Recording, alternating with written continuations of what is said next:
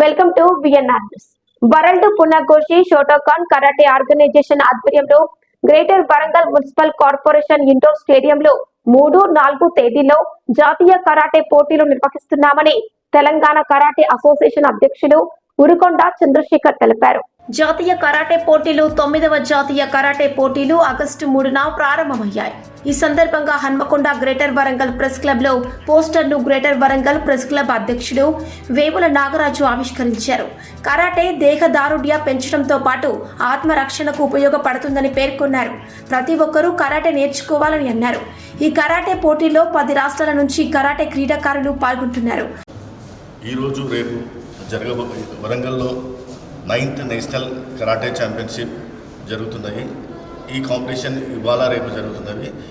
దీనికి 10 స్టేట్స్ నుంచి కరాటే విద్యార్థులు, కరాటే మాస్టర్స్ విచ్చేసి ఉన్నారు.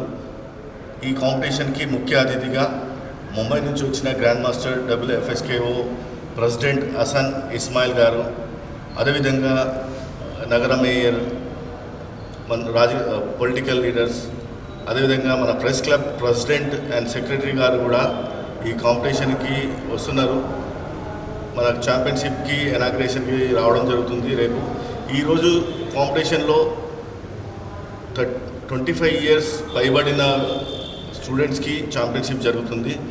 రేపు బిలో 25 ఇయర్స్ వాళ్ళు కాంపిటీషన్ జరుగుతుంది. ఈ కాంపిటీషన్లో కటా విభాగం ఉంటుంది.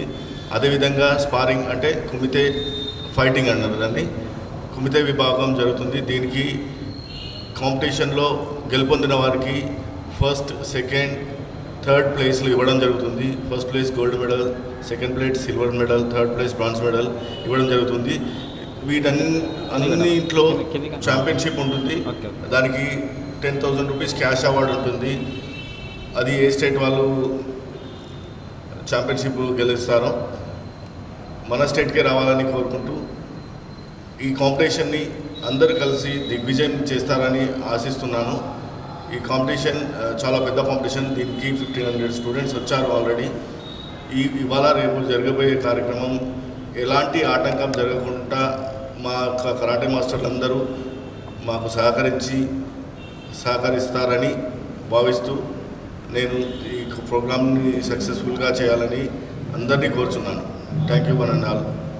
కార్యక్రమంలో జిల్లా అధ్యక్షుడు యాకూబ్ పాషా, ఉపాధ్యక్షుడు గణిపాక రవి, టెక్నికల్ డైరెక్టర్ పరమేశ్వర్, జిల్లా కార్యదర్శి Saleem Pasha, retired physical director Sammaiah, Nayeem Pasha తదితరులు పాల్గొన్నారు.